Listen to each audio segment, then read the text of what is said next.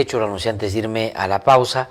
Ha venido a visitarnos esta mañana el doctor Aldo Vázquez. Él ha sido ministro de Justicia, es vicerrector de la Universidad Antonio Ruiz de Montoya y ha tenido la gentileza para venir y conversar con nosotros sobre varios temas que sin duda están enmarcados en un debate, una discusión de verdad jurídica, de verdad constitucional, pero tiene elementos sustantivos también que ojalá la política sepa descifrar y que ojalá esté a la altura de lo que demanda la ciudadanía en un momento de crisis como la que estamos viviendo. Doctor Aldo Vázquez, qué gusto saludarlo, muy buenos días. Muy buenos días, encantado de estar con usted. Gracias por venir a conversar con nosotros. Yo quisiera comenzar recogiendo su opinión en torno al particular punto de vista que ha esgrimido el señor Carlos Messía, expresidente del Tribunal Constitucional, en el propio Congreso de la República, en el marco de lo que esta comisión presidida por Rosa Bartra entiende es un debate amplio sobre el planteamiento del presidente de la República para que se adelanten las elecciones o se recorte el mandato tanto del Ejecutivo como del Congreso. Él ha dicho que uno de los principios centrales de la Constitución, porque así lo ha planteado en esos términos, es que si el pueblo o los derechos del pueblo se mandan de la Constitución, no hay que hacerle caso al pueblo, ¿no es cierto? Que lo que hay que respetar es lo que la institucionalidad que plantea la Constitución. Ese argumento, esa locución, porque la ha desarrollado, ha dicho que no se tiene que convenir con el pueblo, que los políticos están justamente para gobernar al pueblo, se le gobierna, ha dicho.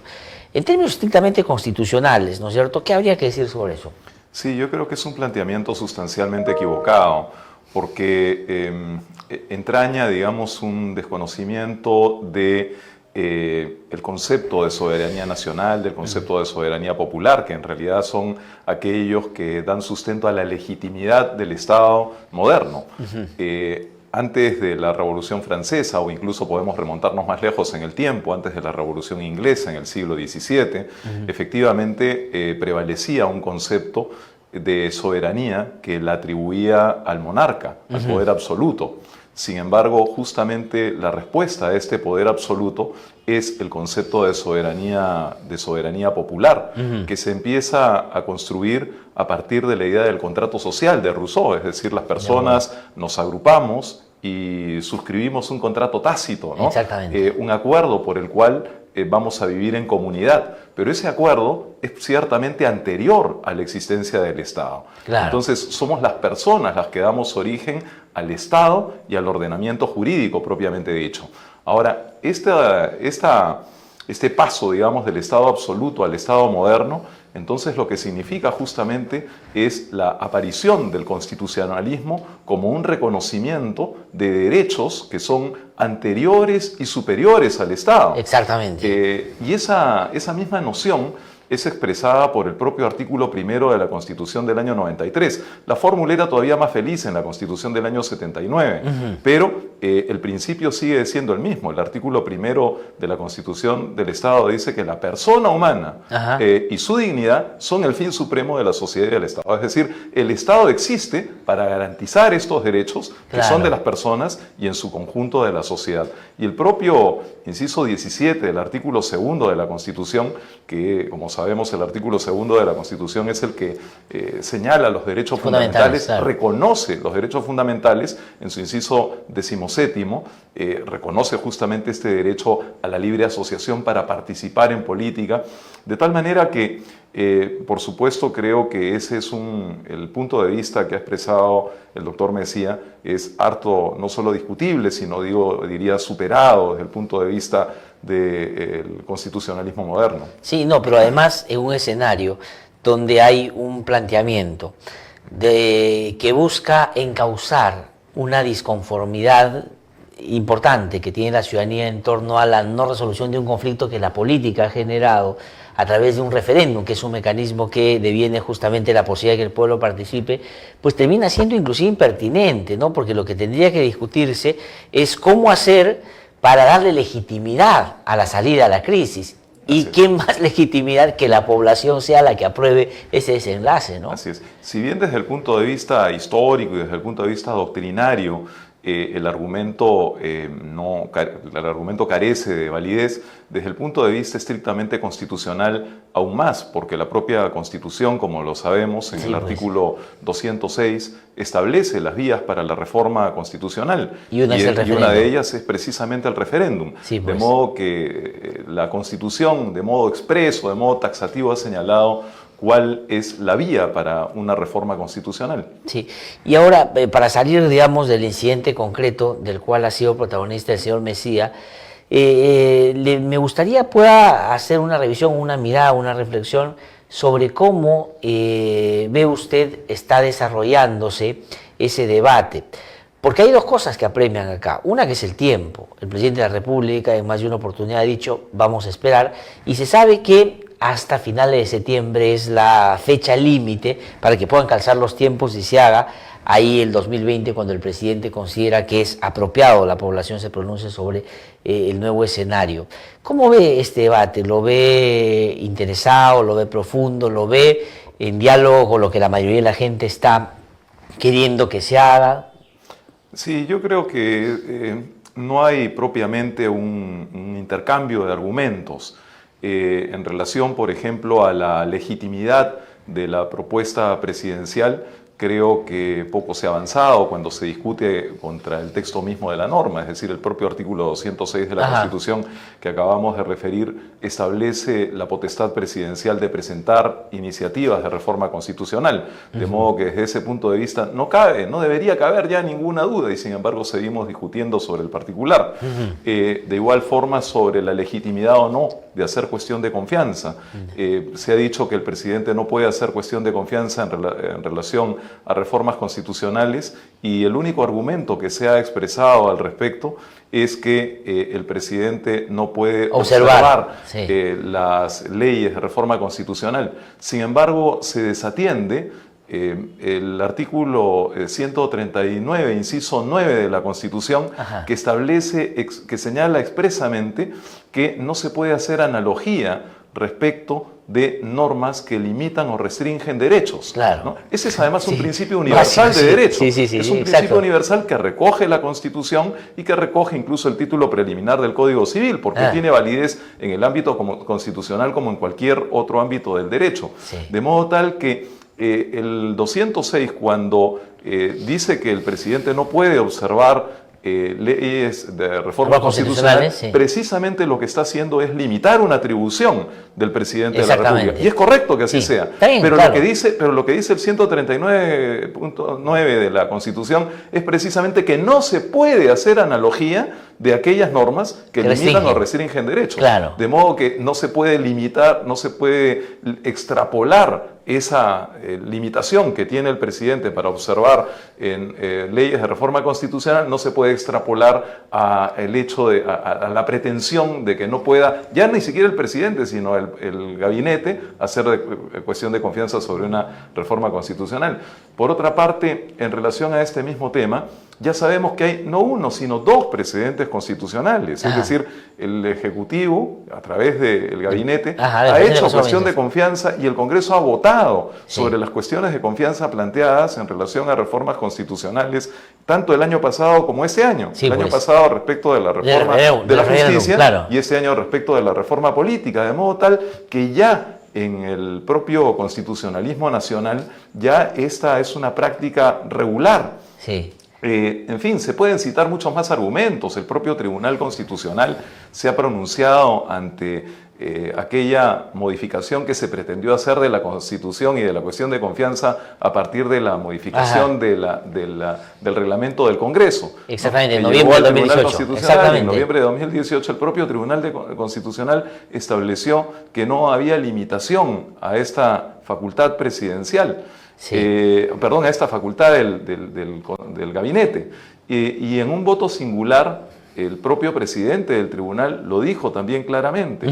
En fin, podemos remitirnos al debate constitucional del año 93, donde, como ha sido referido y fue citado además por el propio Tribunal Constitucional, el doctor Enrique Chirino Soto señaló también que no había límite. En fin, si queremos verlo desde el debate que estuvo a la base de la motivación por el cual terminó la Constitución del 93. El propio Tribunal Constitucional, en el marco de cuando abusivamente el Congreso le quiere quitar una atribución al Ejecutivo en torno a la cuestión de confianza, se pronuncia. La propia costumbre, digamos, parlamentaria, en 2 oportunidades en los 2 últimos años, ha ido en ese sentido. Entonces es un falso debate el que se está planteando, con la clara intención política de que no se haga caso al planteamiento del presidente de la República. Se puede ver también desde el ámbito del derecho comparado, ¿no? El régimen semipresidencial peruano es semejante al de Francia, al de Portugal o al de Finlandia, que son casos donde hay también un semipresidencialismo, es decir, nuestros oyentes seguramente comprenden que estamos ante un régimen presidencial cuando el jefe del gobierno es elegido directamente por el pueblo, como ocurre en el caso de Perú, ¿no? En otros países hay un régimen parlamentario en donde la elección es indirecta. Primero se elige un parlamento y el parlamento elige al presidente, elige al jefe de gobierno. Claro, ¿no? el jefe de gobierno. En el caso del Perú, la semejanza es mucho mayor con estos 3 países que he mencionado, con Francia, con Portugal, con Finlandia. En estos países el jefe de gobierno es elegido directamente, es elegido en elecciones populares, y entonces eso le da una legitimidad que le permite interactuar con el Parlamento, que también tiene la legitimidad del voto popular. Pero lo que quiero decir es que en esos que son los verdaderos referentes para el caso peruano, existen también estas figuras de la cuestión de confianza, a veces con denominación distinta, y existe también, por cierto, la potestad del presidente de la República. Por eso se le llama regímenes semipresidenciales, porque se han introducido al presidencialismo figuras propias del parlamentarismo, entre otras la de la disolución de las cámaras. De acuerdo, justamente por eso. Y además, si uno tomara en esa comparación ejemplos donde se han producido crisis de gobernabilidad en determinados países, que algunos de ellos han sido citados, la salida ha estado marcada por justamente apelar a alguien por encima de justamente esa controversia, que es la población, para resolver un problema. Así es. Ese es inequívocamente el sentido que tiene la disolución de las cámaras. Claro. No es un acto arbitrario, autoritario, al que le sigue una dictadura. Todo lo contrario. De lo que se trata es más bien de, ante el conflicto entre el Poder Ejecutivo y el Poder Legislativo, entonces se apela a la soberanía popular, a la decisión del pueblo, que se instituye, digamos, en una suerte de árbitro frente a los 2 grupos en contienda. Ahora, si eso es así, y si los parlamentarios estarían temerosos o tuviesen dudas de que la consecuencia de la disolución puede ser la instalación de una dictadura, la salida del adelanto de elecciones, donde el presidente también se va, es la salida perfecta, porque eso podría, si es que alguno tuviese duda de que el otro se quiere quedar, de que se vaya junto con ellos, ¿no? Así es. En realidad no hay un interés por darle cabida a un planteamiento en ese sentido, ¿no? Así es. Incluso tanto es así que en los casos en los que hay una eventual disolución de la Cámara, generalmente en la Cámara Baja, en los países donde hay bicameralidad, en el caso del Perú es la disolución del Congreso, pero no de la Comisión Permanente, que subsiste todavía, y por supuesto con un decreto, en el mismo decreto en que se disuelve, se convoca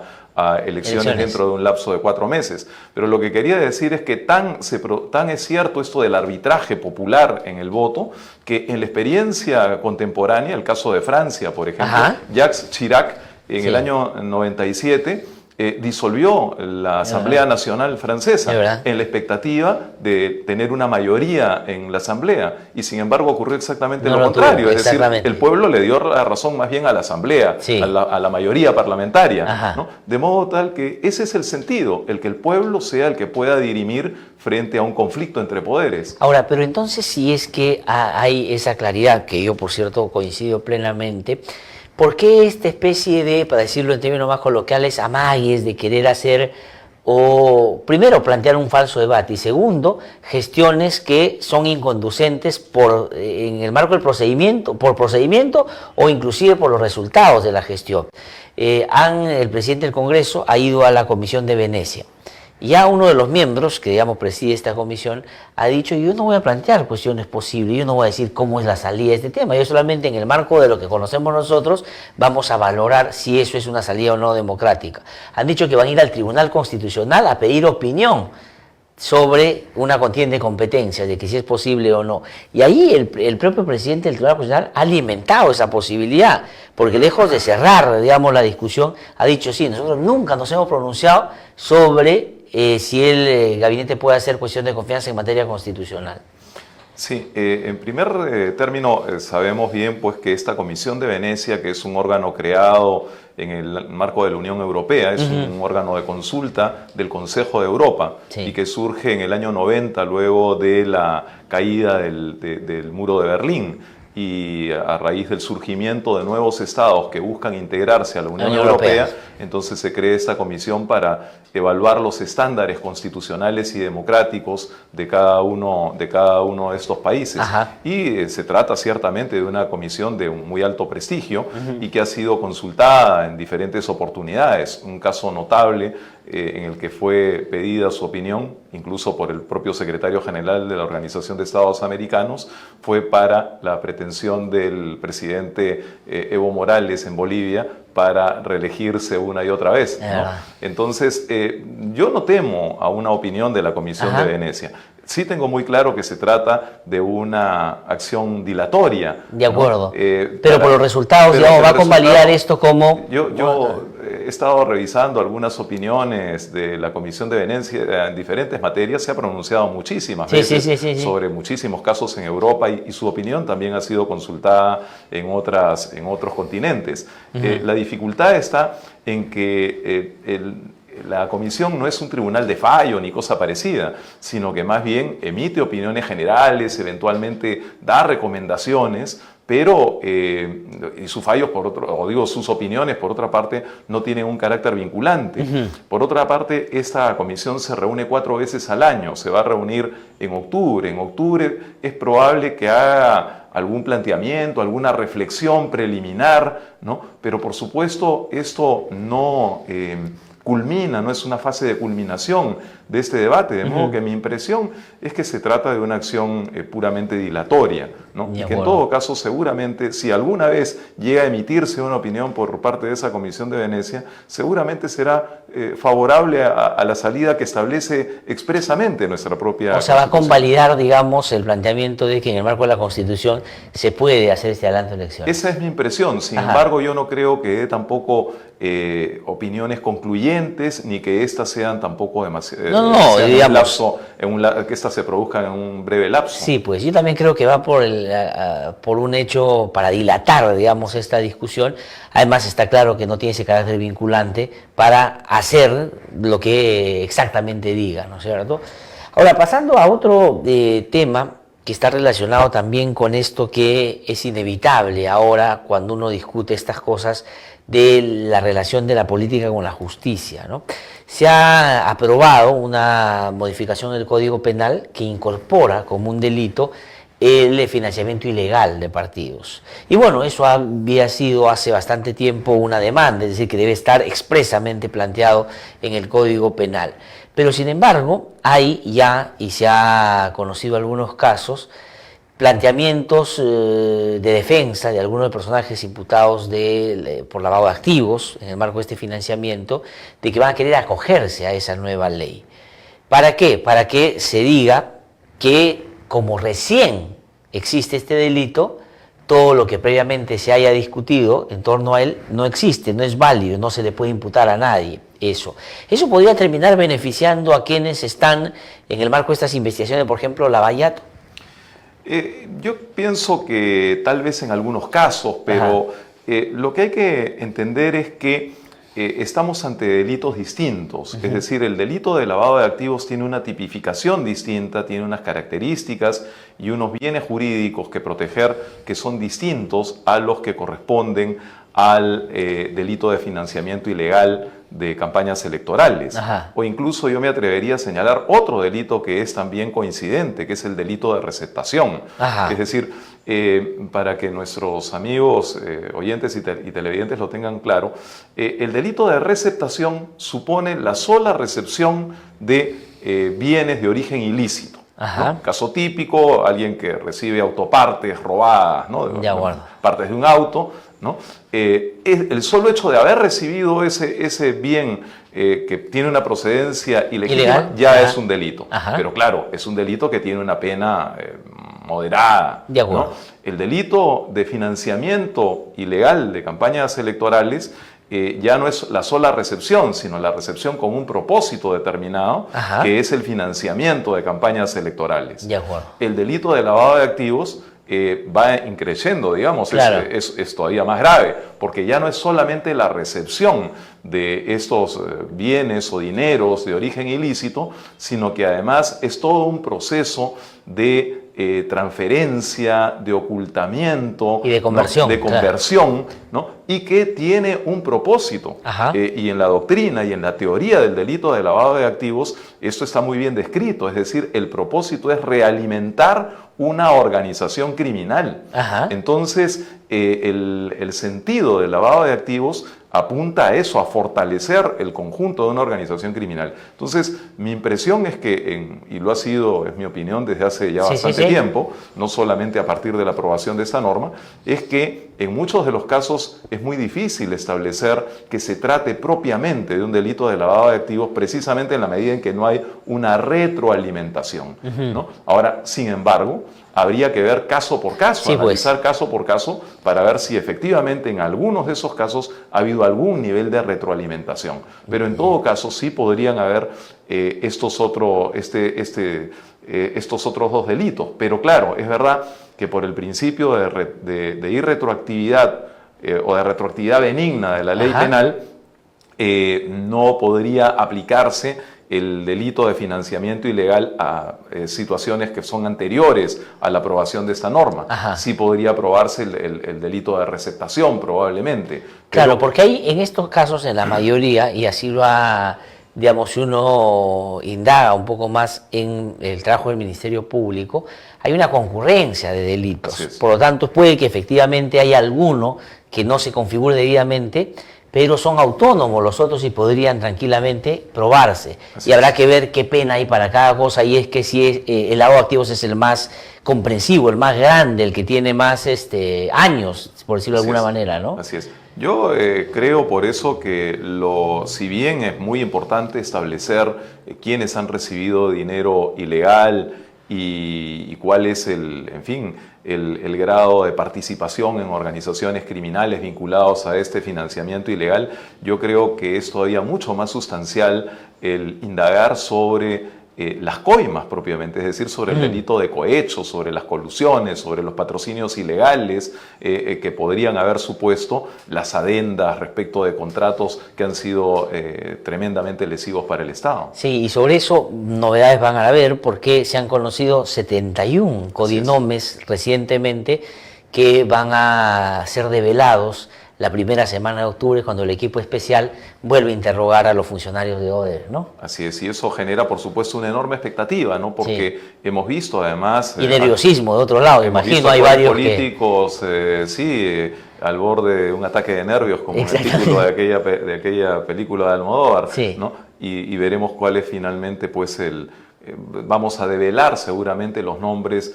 de buena parte de la clase política comprometida en estos sucesos. Si bien es cierto, digamos, en un Estado constitucional de derecho hay garantías que dan cuenta de un debido proceso, en el caso de Keiko Fujimori y de Fuerza 2011 o Fuerza Popular, que es la agrupación, el nombre que tiene ahora, la casación, digamos, ha cerrado ya el capítulo judicial, ¿no es cierto? Primero no se logró una resolución porque no se obtuvieron los votos y la señora Susana Castañeda entró y finalmente se inclinó por bajarle de 36 a 18 meses.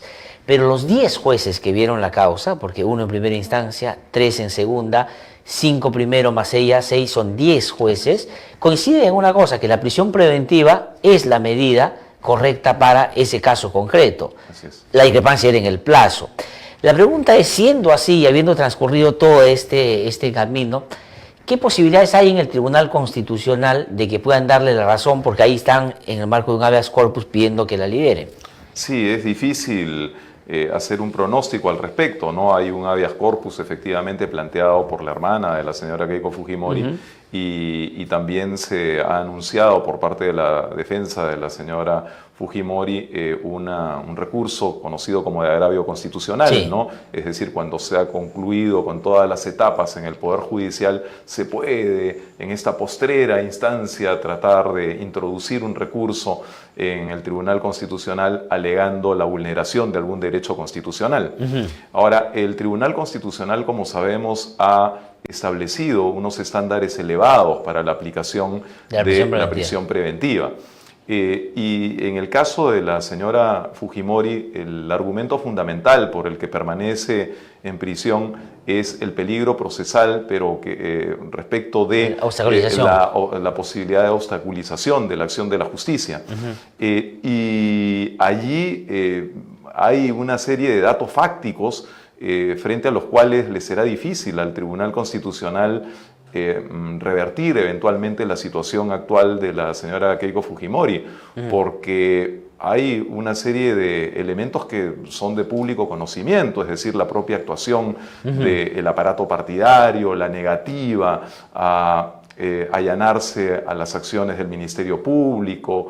En fin, ha habido noticia, digamos, de reconocimientos respecto de la eliminación de documentos contables. Entonces, todo eso podría configurar, desde el punto de vista fáctico, elementos, digamos, que difíciles de ser revertidos. No, además que elementos que ya validó el Poder Judicial en todas las instancias. Porque si bien es cierto, en cada instancia había una reclamación muy concreta por parte de la defensa de Keiko Fujimori, lo que no se ha discutido queda como firme. Y, digamos, han quitado una que otra cosa cuando iba pasando instancia, pero todos coinciden en que esa medida es la que corresponde en ese caso en particular, ¿no? Ahora, le ha llamado la atención al fiscal Vela, que es el coordinador del equipo Lavallato, que hayan puesto el 25 de septiembre, o sea, muy rápidamente, la discusión de este caso en el Tribunal Constitucional, y el papel también ahí nuevamente que ha cumplido el presidente del Tribunal Constitucional, desde mi punto de vista, adelantando opinión sobre la prisión preventiva, pues desnaturaliza el sentido de una institución que más bien debería estar distante de todos los actores, o cree que no ha pasado eso.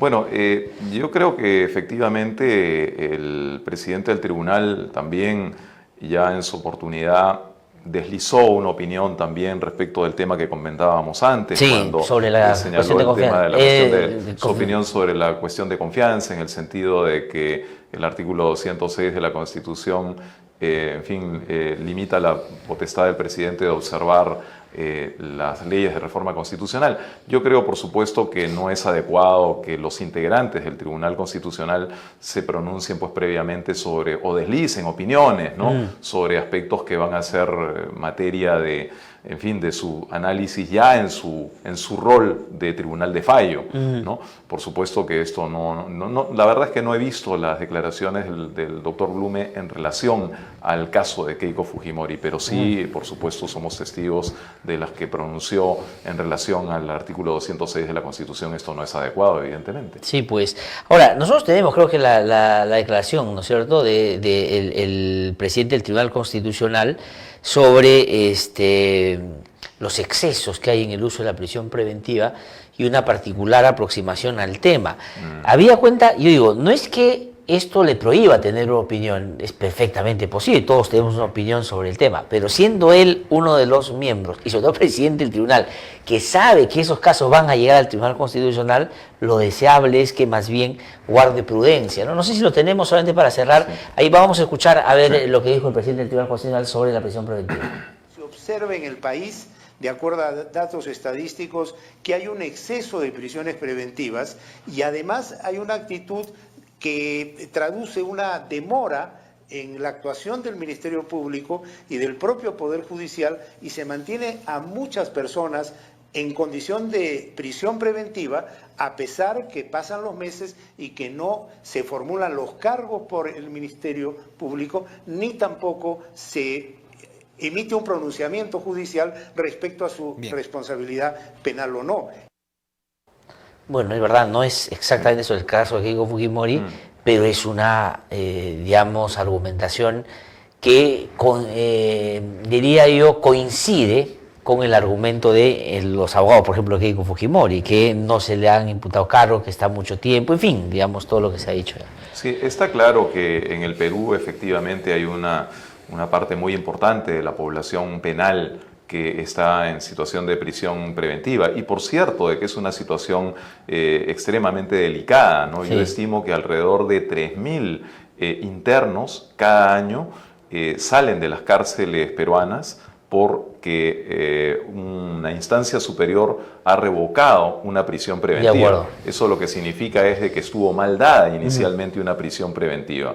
Entonces, en fin, la propia Comisión Interamericana de Derechos Humanos se ha pronunciado también sobre el tema. Pero sí, por cierto, una garantía de la Administración de Justicia es precisamente la de imparcialidad de quien le toca definir una situación jurídica determinada, de modo que por supuesto que es deseable que los integrantes del Tribunal Constitucional y su presidente sean cuidadosos, claro, en aquello que en aquellas opiniones que dan sobre temas pues que son, en fin, de palpitante actualidad. Pero bueno, en todo caso, el Tribunal Constitucional está pues conformado por 7 integrantes y bueno, y habrá que esperar su decisión, pero también hay que atender a la circunstancia de que cualquier decisión que adopte el Tribunal Constitucional tiene consecuencias no solamente respecto del caso de la señora Fujimori, sino que las tiene también en relación a miles de... No, ese va a ser el espejo en el que se van a ver. Personas que están en situación de prisión preventiva. Si tengo que terminar, me he pasado, Carlitos, dame un minutito solamente para preguntar, ¿es pertinente discutir hoy en el Congreso de la República, en el marco de esta ya evidente, diría, indignación o malestar con el funcionamiento y el comportamiento de los congresistas, la conformación del Tribunal Constitucional? ¿O sería mejor esperar el momento siguiente y ahí hacer algo que, digamos, dialogue más con lo que es esa nueva legitimidad? Sí, yo creo, por supuesto, que el Congreso actual ha perdido legitimidad política, ¿no? Eso es evidente, tiene unos niveles de aprobación ínfimos, por debajo de, en fin, con un solo dígito, y creo que este no es políticamente el momento adecuado. Y no lo es además porque es evidente que estando varios de los sectores políticos representados en el Congreso de la República, con sus líderes procesados o con prisión preventiva, es totalmente inadecuado que este Parlamento sea precisamente el que pueda designar a los integrantes del Tribunal Constitucional. Un Tribunal Constitucional que en el sistema jurídico peruano opera finalmente en muchos casos como última instancia. Sí, pues, entonces, eso es sumamente delicado. Ciertamente que para la elección de los integrantes del Tribunal Constitucional se requiere una mayoría calificada, pero también hemos sido testigos en el pasado de cómo es que se producen componendas, la famosa repartija. Sí, claro. Y eso sería pues muy grave, ¿no? Que se produjese un mecanismo de repartija, como ya ocurrió en el pasado, que garantice la impunidad en los procesos que se ventilan actualmente en la justicia. Sí, pues no nos merecemos eso y el Tribunal Constitucional, por cierto, menos aún. Doctor Aldo Vázquez, muchísimas gracias por haber venido a conversar con nosotros. Siempre un gusto tenerlo en el programa. Voy a ir a una pausa, regreso en un instante y ya venimos un ratito.